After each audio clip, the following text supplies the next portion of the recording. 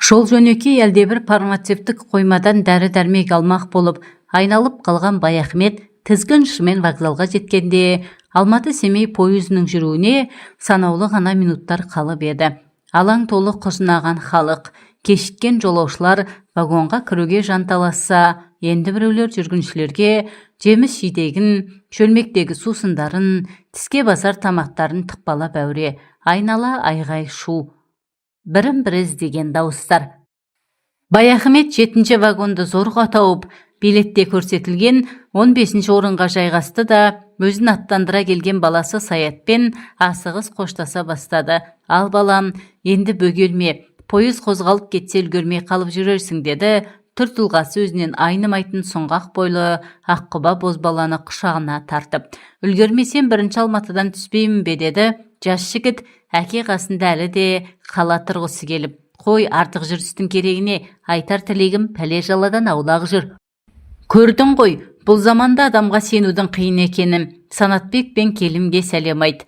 Маған енді алаңдама көке, маңдайымызға тиді ғой, енді ешкімге жем бола қоймаспыз. Саят кінәлі адамдай қипақтап, көзін төмен түсірді. Сөйт балам, қызметіңе мұқият бол. Саят Баяхметтің кенжесі, көңілі құрғыр қоңылтақтап тұрса да, зейіл әке сыр алдырмай, баласын есік көзіне дейін ұзатып салды. Айтқанындай ақ көп күттірмей пойыз да орнынан қозғалып кетті.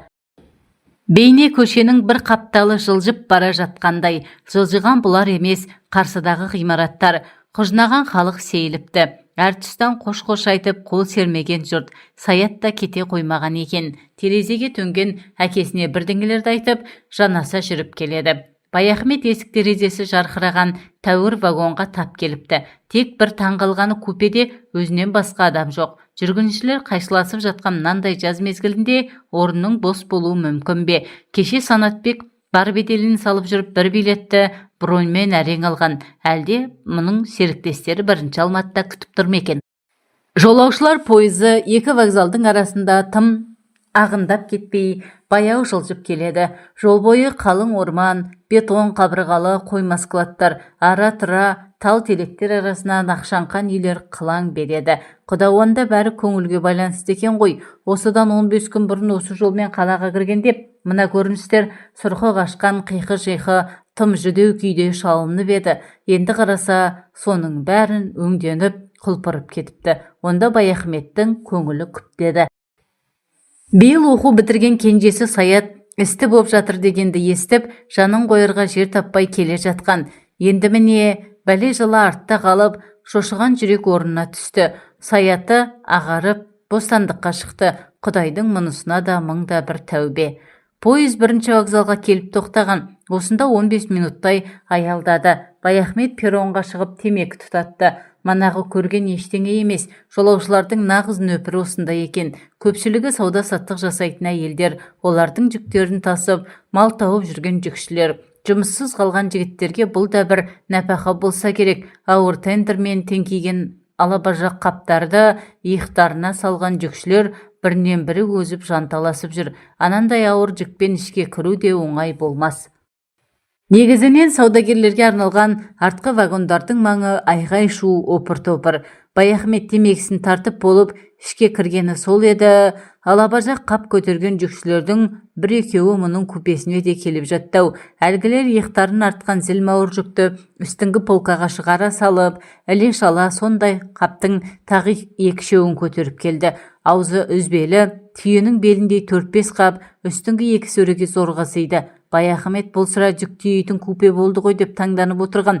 Дәл осы кезде қолында зілдей сумкасы бар әйел кірді ішке. Жасы 40-қа іліне қоймаған, орта бойлы, қолаң шашын дөңгелете қиған аққұба келіншек. Өзі мына пойызға кеп машақатпен зорға жетсе керек, ақша жүзі албырап, танау қатып алқынып тұр.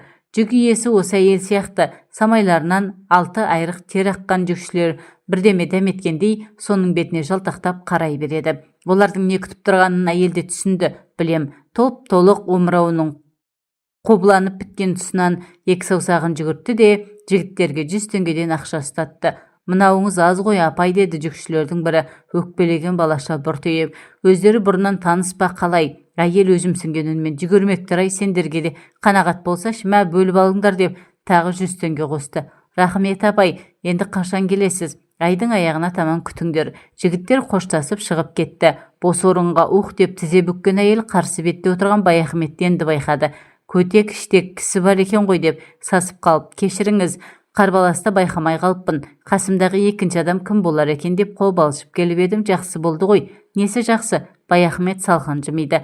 Сізге серік болғанымды айтам да, бұлай сенімді кісі көрінесіз. Сенімді екенімді қайдан білдіңіз? Қойыңыз жаға кісіні қорқытпай. Оқыған инабатты адам екеніңіз түріңізден көрініп тұр ғой. Келіншек соны айтып сықылықтап күлді. Күлгенде қарақат көздерінен ұшқын шашып, екі бетінің ұшы шұқырайып, тіпті сүйкімді болып кетеді екен. Көп күлетіні де содан болса керек. Танысып қоялық, менің атым Биғаным деп қолын ұсынды. Алақаны ұлпадай, саусақтары нәзік екен. Менің ныспым Баяхмет. Қайда бара жатырсыз аға? Семейге. Онда үй жолдас екенбіз. Мен сізден 2 сағат бері шардан түсемін. Қаланың өзінде тұрасыз ба?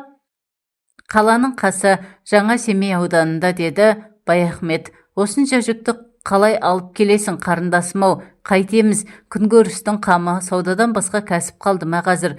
Өстіп базардан базарға шапқылап жүргеніміз. Ініміздің жаны тыныш екен. Сізді жүгіртіп қойып жатқаны қалай? Бір сәт әйелдің жүзі нарау тартып, бір мұңды көлеңке жүгіріп өтті. Сол ініңіз болмай тұр ғой аға, ол тірі болса мұндай күйге түсер ме едім. Күйеуімді осыдан 3 жыл бұрын біреулер пышақ салып өлтіріп кеткен. Кешір айналайын. Баяхмет ыңғайсызданып қалды. Білмеген уыш еді. Сіз сияқты сұлу келіншек сыңар болмас деп ой ғой менікі. Бұл кезде пойыз орнынан қозғалып та кеткен.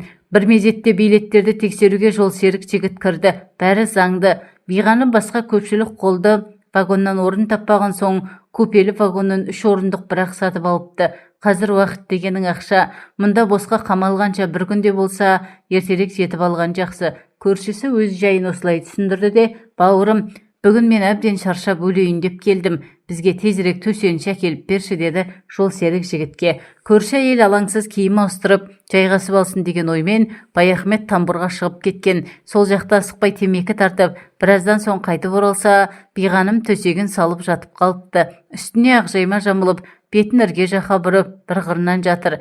Жамылғының сыртынан үзілген белі, томпиған толық бөксесі абанық білінеді. Ең ғажабы, мұның да төсегін жайып реттеп қойыпты. Ыңғайсыз болды, деді Баяхмет төсеніштің тиын төлемеген есіне түсіп.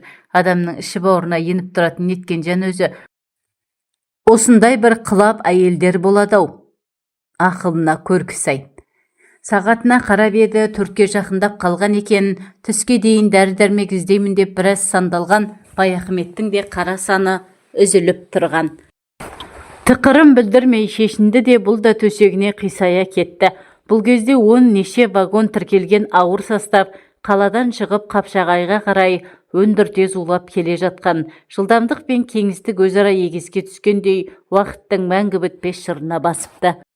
Доңғалақ үні кейде бәсеңсіп, құмығып шалынса, енді бірде ауа қабатын дар-дар айырып, өршеленіп үдеп кетеді.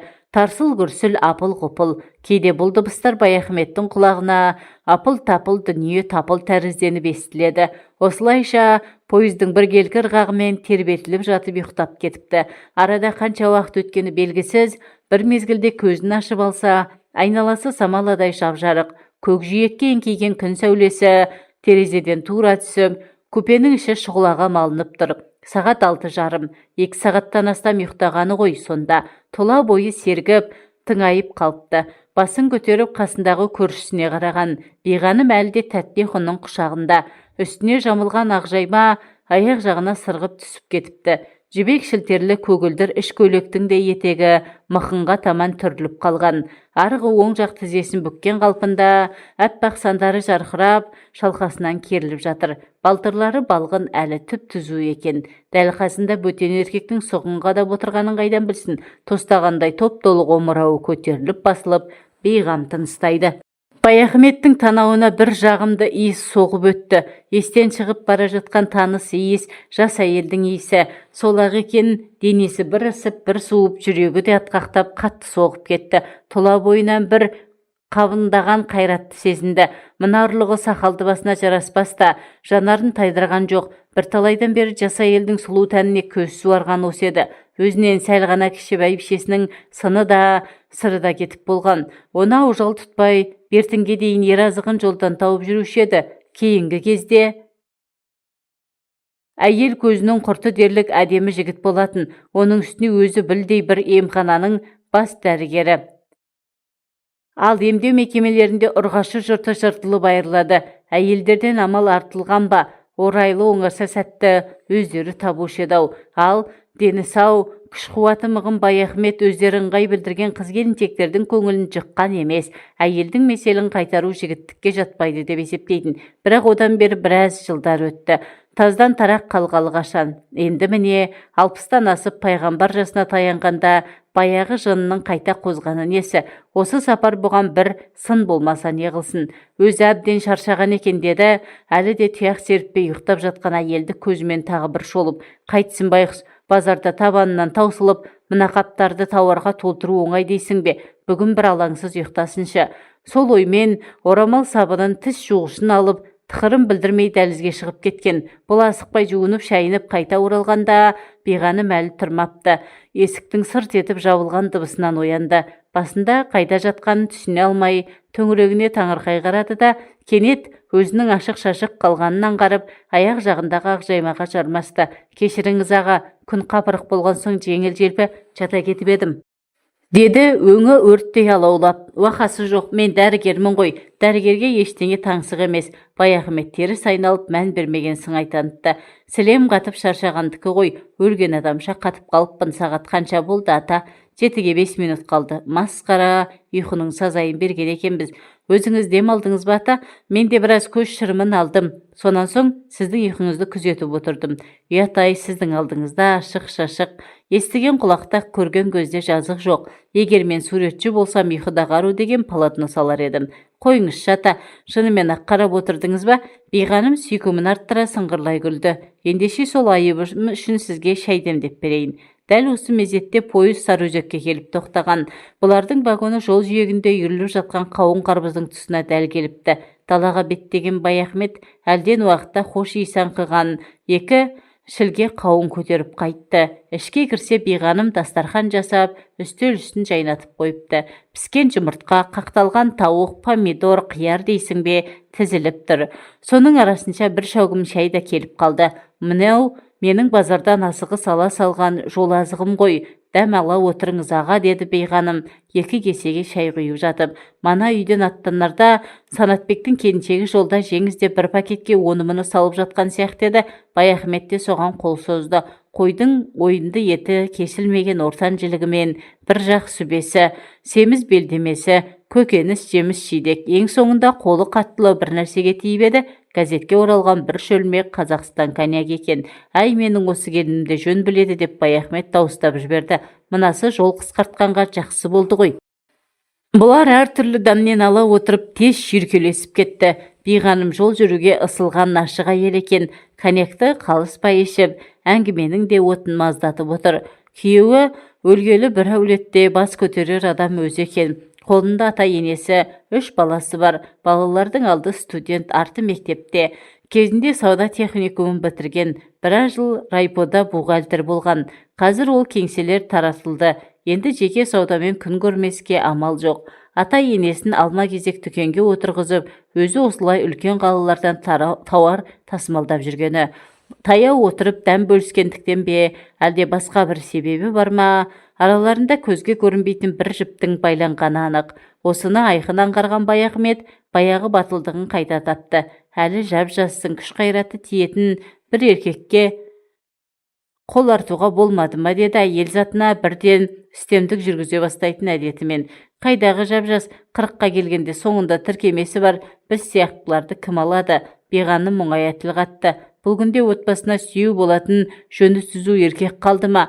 Тепсе темір үзетін небір жігіттер әйелдеріне масыл боп, үйінде жұмыссыз отыр. Бұл да бір өтпелі кезең шығар. Заман бұл қалыпта тұрмас, деді Баяхмет жылдам сырғып қалып жатқан боз жусанды далаға терезеден көз жіберіп. Өзіңіз жай қыдырып жүрсіз бе аға? Жоға, қыдырыс қалды ғой қазір. Балалардың тауқыметі де баяғы. Кенже ұлым биыл ғана оқу бітіріп еді. Сол бала аяғасынан сотталып кете жаздағаны қалайша? қалай деріңіз бар ма? Біздің ұл бір қызбен танысып жүріп, түбі өзіне серік болмасын білген соң бойын аулақ салған ғой, бірақ қыз талақтай жабысып айырылмайды. Ақыры ырыққа көнбесін біліп, өш алуға бекінеді. Туған күнін сылтауратып пәтеріне қонаққа шақырады да мені зорлады деп полицияға хабарлайды. Ой сұмдық-ай, сонда араларында бірдеңе болып бекен, деді биғаным әйелге тән әуестікпен. Болған, бірақ ерікті түрде. Бұрында талай кездесіп жүрген ғой, ал құқық қорғаушылар келгенде қыз өз көйлегін өзі жыртып, жәбірленген әйелдің кейпіне түскен. Содан не болды, балаңыз ақталды ма? Әйтеуір ақталды. Үлкен ұл әкімшілікте қызмет істеуші еді. Сол бір тәуір адвокат тауып, ісін сотқа жеткізбей босатып алды. Апыр-ай, жақсы болған екен. Ендеше сіздің осы жеңісті сапарыңыз үшін алып қоймаймыз ба? Бұлар шайға қанып, ара-тұра коньяктан дарттай қойып, әрнені сөз етіп отыр. Бірақ қандай әңгіме айтса да айналып келіп, ер-әйел тақырыбына соға береді. Мына бір оңашалықта соны тілейтіндей.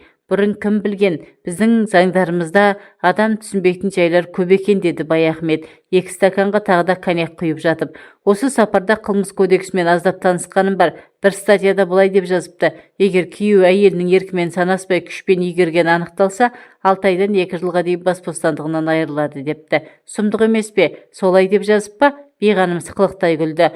Әйел аздап бұлданбаса, еркек сәл-пәл зорламаса бола ма? Жаңағы статья бойынша еркек атаулы түгел сотталып кетпей ме? Бәрін заңға апарып тіреміз деп, кейде адамдар қатынасын өстіп, қолдан ұшықтандыратынымыз бар, деп Баяхмет сәл ойланып қалды. Өркениеттің соры осы ғой. Былай қарасаң, дүние кең сияқты, бірақ айналаң торлаған тор, заң торлары. Сен сол шектеулі тордың ішінде ғана өмір сүресің. Бұлар бір мезгіл сөзден тыйылып, жалындап батып бара жатқан күнге қарап сәл отырды. Күн табағы алыстағы құм төбелеріне бауырлай батып, ең соңғы қиығы көзден таса болған. Солақ екен, алаулаған қызыл бояу бірте-бірте сұйылып, жусанды дала суыған темірдей қара барқын тартты. Тәңірдің тағы бір күні батты, деді Баяхмет әлі де терезеден көз алмаған күйі. Ертең басқа күн, басқа уақыт. Мына кеш енді айналып келмейді. Келіңіз, осы бір қайталанбас кеш үшін. Бұрын бұлай ішпеуші едім. Маған бірдеңе көрінер, деді биғаным коньякты ұрттап қойып. Әңгіме айтыңыз, Шата, сіздің сөздеріңіз сондай әсерлі. Қандай әңгімені ұнатасыз? Заман, уақыт жайында, махаббат жайында. Заман ауыр, деді Баяхмет. Қылмыс көп, күн сайын кісі өлімі. Топ-тобымен сотталып жатқан адамдар, кейде қайран қалам. Бір кезде осынау далада не полиция, не прокурор, не абақты болмапты. Соның өзінде адамдар еш алаңсыз өмір сүрген. Жаугершілікте болмаса кісі өлтіру, ел тонау деген атымен болмаған. Қазақ өмірі есігіне құлып салмаған ел ғой. Ал әйелше, әйелге байланысты жалынжалдар болмаған ба? Мәселен, Бекежан мен Төлеген болған. Бірақ ол да жесір дауынан аспаған. Ал Бекежандар ілуде біреу ғана. Салт дәстүрді бұзған үшін де халық оған қарғыс айтқан. Ол заманда дүние кең болыпты ғой. Еркектер 2-3 әйел алыпты, деді биғаным күле тіл қатып. Алған, бірақ бәрі емес, шамасы келгендер ғана. Жаугершілік заманда еркектің саны күрт азайып кетіп отырған ғой. Көшпенді өмірде шаңырақтың бас иесіз отыру мүмкін емес. Мұндайда жетім жесірді күйзелтпеу үшін қорғансыз әйелдерді әмеңгерлік жолмен қайын-қайнағаларына қосатын болған. Бұл да болашақ ұрпақтың қамы. Біз түсініп жүргендей қатын үстіне бару қорлық емес. Ол заманда жақсы әмеңгер тапқан әйел өзін бақытты санаған. Ондай құлшынып тұрған қайната табылса, өзімізде тиіп алар едік, деді биғаным әзілдей тіл қатып. Еркектің саны қазірде асып тұрған жоқ, біразы түрмеде отыр. Менің бір подругам бар, кәрі қыз. Күйеуге неге шықпайсың десек, кімге тием, бізді алатын жігіттер ауған соғысында оққа ұшқан, деп күлдіреді. Сөзінде жан бар, деді Баяхмет.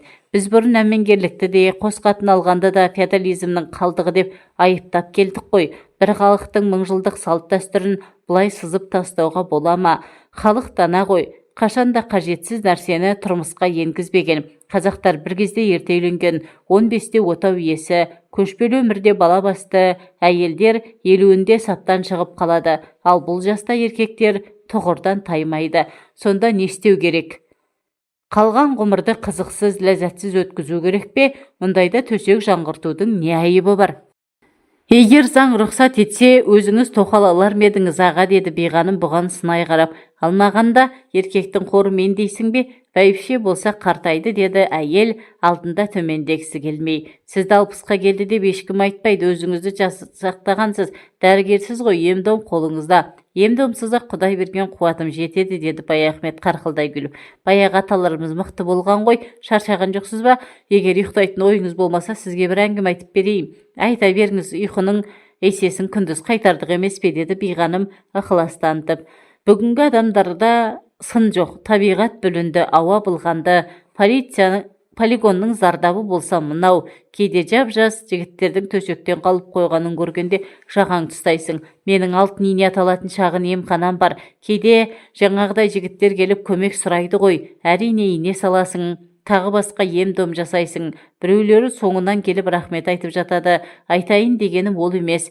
Әлгіндей зәрует адамдарды көргенде менің есіме өзім жағасын көрген бір оқиға түседі, дейді Баяхмет біразақ әңгіменің желісін түсіп. Сізге әлі айтпадым-ау деймін. Мен балалық, жастық шағымды шығыстағы Шыңжаң өлкесінің Тарбағатай аймағында өткіздім. Қазақ жері кең байтақ, сол даланы жайлаған көшпенділердің пейілі одан да кең. Сондықтан да болар, басқа ешбір қоғамға сыймайтын, өзге жерде ұшыраспайтын неше алуан жандар қыр соң кезінде мол болушы еді. Бақсы балгер, дәруіш дуана, бақалшы, саудагер, қыдырмашы, ақын жыраулар дейсің бе толып жатыр. Қазекең ешкімге сен кімсің демейді. Әлгінде кезбелі ел ішінде емін-еркін жүре береді. Біздің бала кезіміз 40-шы жылдардың басында Қоңыр ақын деген біреу даңқы жер жарды. Қоңыр ақын келе жатыр десе жылаған бала уанады. Өзіңіз сияқты жас әйелдің жанын қоярға жер таппай қалтырап кетеді. Үлкендер жолы мал құлағы саңырау, сол бәленің атын айтпаңдар деп ұрсып тастайды. Соншама құмыржық көрінген Қоңыр ақын кім дейсіз ғой? Ұры-қары емес, керуен тонап кісі өлтіргенде жер жоқ. Ел аралаған көп көзбенің бірі. Өзі 30-шы жылдарда осы жақтан ауып барыпты. Сүйегі бай жігіт ішінде жұмық деседі. Бала кезінде бірер мәрте көргенім бар. Жас 30-дың ішінде енділінген, ұзын бойлы, ер тұлғалы, қарашыл жігіт еді. Көрген жерін думанға толтыратын әнші, домбырашылығы тағы бар. Шын аты Қоңырбай екен. Жұрт әлгіндей өнеріне қарап Қоңыр ақын атап кеткен. Сол Қоңыр ақынның бір ғана ел затына ұстамсыз болды. Өзі тәуір ұрғашы көрсе болғаны, көзі тұнып еркінен айырылып қалады. Оған сәл қоға беріс жері болса жетіп жатыр. Бірден шабуылға өтеді. Не ғажап, оған әйелдер де көп қарсыласпайды екен. Әлде гипнозы бар ма, кім білсін, көзіне көзі түссе болғаны өздері-ақ бейімделіп жантая беретін көрінеді. Ол жүрген ауылда бұлақтан су ала барған, тезек тере шыққан жас әйелдер беттеріне қан жүгіріп бусанып қайтатын әдет тауыпты. Ондайлар және ешкімге жылап бармайды, шағымды айтпайды. Қоңыр ақынды кезіктірген Тәңірге дән риза. Тек бір жаманы өз күйеулерін біразға дейін менсінбей қалатын болса керек. Қоңыр ақын талай рет қылмыс үстінде қолға түсіп, ашынған ауыл адамдар енді оны ұлыққа тапсырмақ болып байлап тастағанда, әйелдер түнде ұрланып барып босатып жібереді екен. Жалпы әйелдер дәтіне берік, кісі қадірін білетін жұрт қой. Баяхмет әңгіменің осы тұсына келгенде өз сөзінің әсерін байқау үшін көршісіне көз қиығын тастаған. Биғаным өзге дүниені ұмытып, алға ұмысына қатып қалған екен. Содан кейін не болды аға, деді тағы тағаты таусылып. Қоңыр ақын осылайша әйелдердің қолдауымен ел ішінде емін-еркін жүріп жатты. Ұлығы, заң законы бар, қала маңына жоламай көбінше Толы, Дөрбілжің, Шағантоғай секілді шалғай аудандарда жүреді. Жас әйелдер жұрт көзінше ұялғансып, ойбай құрсын деп беттерін басқанымен іштей тілектес болып, аты шыққан жігітті бір көруге құмар еді. Оның үстіне ел арасында өмірі пұшпағы қанамаған қатындар Қоңыр ақын қонып аттанған соң бала көтеріпті дегенде лақай тараған. Осыны естіген кейбір балағазар бедеу әйелдер, әдіра қалғыр ондай құт құйғыш неме болса, ол жүгірмек біздің жақан неге бір соғып кетпейді деп отырғанын құлағым шалғаны бар. Енді бір асып тасқан кекер әйелдерді жақсыны көрмекке деген әуестік билейді. Керей ішінде бір төренің ерке тоқалы сол немен әркімдер ақ көкке көтере мақтайды, өзінің әуселесін көретін екен депті бір отырыста.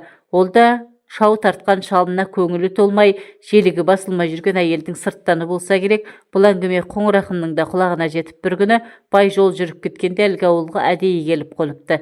Екі мықты оңаша үйде армансыз айқасады ғой баяғы. Ертеңінде төсектен тұра алмай қалған тоқал сырласа абысындарына: бұрын байға тидік деп босқа мәз болып жүріппіз ғой, несін айтасың? Еркектің не екенін бүгін көрдім. Мың болғыр қамау терімді бір алып құрыс-тұрысымды жазып кетті. Көптен ұйқымнан қанғаны осы шығар деген екен. Осындай сөздерден кейін азаматтың абыройы аспандамай тұра ма? Баяхмет әңгімесін қайта жалғады. Бір ғажап әйелдер ғана емес, еркектер де қоңыр ақынға тым жауығып кетпейтін. Қызғаныш, іштарлықтан гөрі қызығу, бағалау басым еді.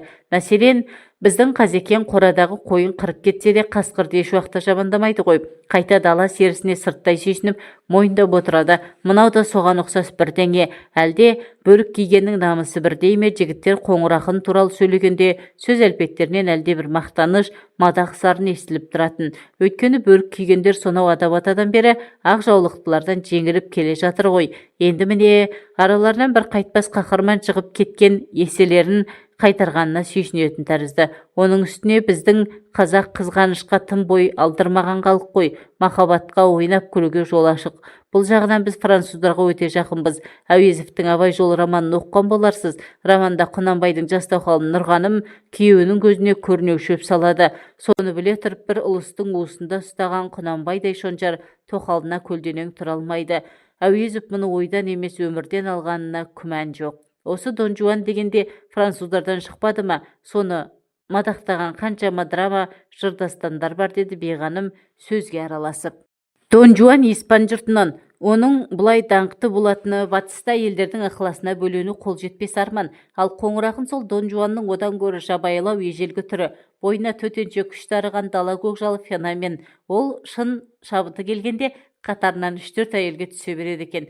Кейде еріккен мырзалар өзара бәстесіп, оны талай сынап көрген. Ол туралы әңгіме көп. Қоңыр ақынның желке тұсында аттың жалақ жауырына шыққан жүндей бір уыс ақ шаш болушы еді. Сөйтсек, оның мәнісі бұлай болған екен. Бірде қоңыр ақын Тойоттоға жан таппай зарығып келе жатып, бір сайда саяқ отырған жалғыз үйге түседі. Үйде енесі мен келіні ғана болса керек. Кемпір сырттағы жер ошақ басында құрт қайнатып отырады. Төрде отырған қонақ келіншегі ұсынған қымызды бірақ сіміреді де, босағаны тыстала берем дегенде білегінен шап береді ғой баяғы. Әрине көп қарсылық болмайды. Бір мезгілде ошақ басындағы кемпір әлдебір оқшау дыбыстардан секем алып, ішке кірсе жаңағы қонақ келіншекті жәукемдеп жатыр дейді. Келіннің кегі оңай бола ма? Бірден ажыратуға ұмтылған, жалма-жал керегеден өлі тұрған қыл шылбырды жігіттің мойнына салып жіберіп шірене тартқан екен. Қонақ онысын шыбын шаққан құрлы көрмейді, жұмысын жалғастыра беріпті. Ал келіні қарсыласып бұлқынудың орнына: апатай болар іс болды ғой, шыдай тұрыңызшы деп жалынатын көрінеді. Соны көрген енесі: ай мына неменің көңі кеуіп қалған ба деп далаға жүгіре шығып, біреу жауыздық құртты жігіттің желкесіне құйып жіберіпті. Ең ғажабы, қоңыр ақын сонда да құшағын жазбаған, бірақ желке шашы қолма-қол жидіп түссе керек. Есерліктен қалған бір белгі осы, дейді екен мәнісін сұрағандарға.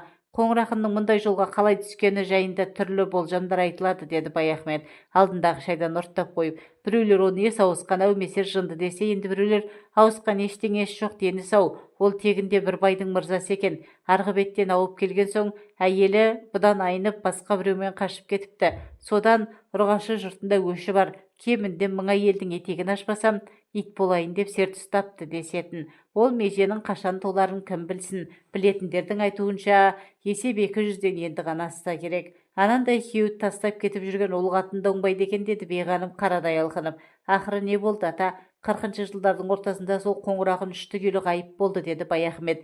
Тағы да әртүрлі қауесет тараған. Сырттағы зайымкелердің бірінде бір ұйғырдың жас әйеліне шапқан екен, күйеу үстінен түсіп балтамен шауып өлтіріпті десті біреулер. Бұған жұрт онша илана қоймады. Бұл екінші дүниежүзілік соғыс жүріп жатқан кез болатын. Осының алдында қоңыр ақын арғы бетте еркектер кіндік түгел соғысқа кетіп, ауылда тек қатын қалаш қана қалыпты. Елге қайтпасам болмас деп жүреді екен. Соған қарағанда туған жеріне қайтып кетуі де ғажап емес. Бұл жақта ондай адам сыймайды да ғой. Сорлы жігіт итжеккенге айдалып кетті ме кім білсін. Бұл кезде қас қарайып сағат 11-ге жақындап қалған. Баяхмет мана келген қауынның бір тіліп, бұлар енді соны жеп отырғанда: сіз дәрігерсіз ғой, қоңыр ақынның бойындағы жойқын қуатты қалай түсіндіресіз, деді Бейғаным әлі де жаңағы әңгіменің әсерінен айыға алмай. Баяхмет бұған сәл ойланып барып жауап берді. Жалпы ол Уақыт табиғаттың әлі бүлінбей таза тұрған кезі ғой. Адамдар қазірден әлдеқайда қуатты еді. Ал қоңыр ақынға келсек, адам организмінде кейде осындай патологиялық ауытқулар болады. Бұл да соның бір нышаны шығар сірә. Биғаным үстел үстін ретке келтіріп тамақ қалдықтарын жинастырып жатқанда Баяхмет дәлізге шығып кеткен. Сол маңда тоқ басып темекі тартып ұзақ аялдады. Шығыстан топ толық ай көтеріліп келеді екен. Тамыздың 15 жаңасы болар. Көптен бері мұндай толық айды көріп тұрғаны осы. Жарықтық ай, бүгін толған айдың түні екен-ау деді іштей тебіреніп. Аяқ астынан бойға желік бітуі осы айдың әсері емес пе екен. Ай толғанда оның тарту теңізі көтеріледі. Адам көңілі деген не оны қасында. Тұла бойына ай сәулесі себезденіп сіңіп жатқандай бір рахат күйге бөленіп, ол терезенің алдында ұзақ тұрды. Баяхмет купеге қайта оралғанда Биғаным төсегін салып жатып қалыпты. Күндізгіде көрінгендей ақ жайманың астында керіліп жатыр, бірақ ұйықтамаған айдан ағылық. Бұл да өз орнына келіп қисайды. Шам сөнген, алайда толған айдың кешінде дала жап-жарық, терезеден алагөğüm сәуле түсіп тұр. Ұйқы келер емес. Бойында алабұртқан бір қызу бар, дәл қасында ақ сазандай келіншек. Қайтпек керек. Әдеп сақтап, осылай мәдениетті түрде жата бермек пе? Биғаным не ойлап жатыр екен? Бұдан бір белгі күте ме, әлде үмітсіз бе? Қалай болғанда да сыр тартып көру керек. Биғаным, ұйықтап қалдыңыз ба деді бұл, әлден уақытта шыдай алмай. Көршісі ояу екен.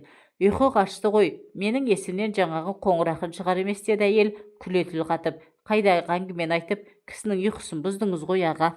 Мен де ұйықтай алар емеспін. Неге? Айтылған түндерде осылай елегізетін әдетім бар. Оның үстіне қарыс жерде айдай толықсып сен жатырсың. Қызды ауылдың итін үргізуге құмар көшпенделдің баласы едім. Бір белгі бермесем, еркек басыма мін болады деп екідай күй кешудемін. Ой аға, қандай қызықсыз өзіңіз деді. Биғаным сылқ-сылқ күлді. Арамыз бір-ақ қадам жер, үйтіп басыңызды қатырғанша бері қарай аттай салмайсыз ба? Кейде қол жетпес армандай көрінетін нәрсенің бір ғана сөзге, батыл бір қадамға ілініп тұратыны барау. Несін айтасың? Бұл бір естен кетпес кеш болды. Баяхмет ятқа қалмай, толған айдың түнін жақсы өткізді. Ертесінде түске таман пойыз шар бекетіне келіп тоқтады. Биғаным ертерек қамданып жүктерін шығар ауызға келіп қойған. Екеуі жабылып жерге түсірді. Қарсы алған ешкім байқалмайды. Адамдар бір күннің ішінде бір-біріне бұлай бауыр басып қалады деп кім ойлаған? Баяхмет кеше осы уақытта дүниеде Биғаным деген әйел барын білмеуші еді. Енді міне қиып кете алмай, іші құрғыр қоңқылдап тұр. Келіншек жорта көңілденіп күлген болады, бірақ оның да жанарында нілдеген жас бар. Бәлкім тағдыр жазса тағы да кездесетін шығармыз деді Биғаным бірінші тіл қатып. Тұрағымыз осы, маңдайында Биғаным деген жазуы бар дүкенді осы елдің бәрі біледі. Міндетті түрде кездесуіміз керек деді Баяхмет жан дүниесінің әлден ақ құлази бастағанын аңғарып. Егер осыдан жолықпай кетсек, түк баяны жоқ, пәтуасыз біреулер болып шықпаймыз ба? Соны айтып визитный карточкасын ұсынған. Онда алтын ине емханасының мекен жайы, телефон абанық жазылған. Жақсы болды ғой, анда-санда барып ине салдырып тұратын деді Биғаным бұрынғы көңілді қалпына қайта тауып. Семей деген біз үшін қауындықтың жолындай. Мұндайда уақыттың тым тез өтетін әдеті ғой. Алдан жасыл шам жанып, пойыз жүруге айналды. Қалай да келетін болып күтем деді Баяхмет тепкішекке аяғын сала беріп. Пойыз орнынан қозғалып кетті. Үйілген жүктің қасында Биғаным әлі қол бұлғап тұр. Баяхметке ол жылап тұрған сияқтанды. Не істейсің? Әмәнда кездесу мен қоштасудан тұратын өмір деген осы.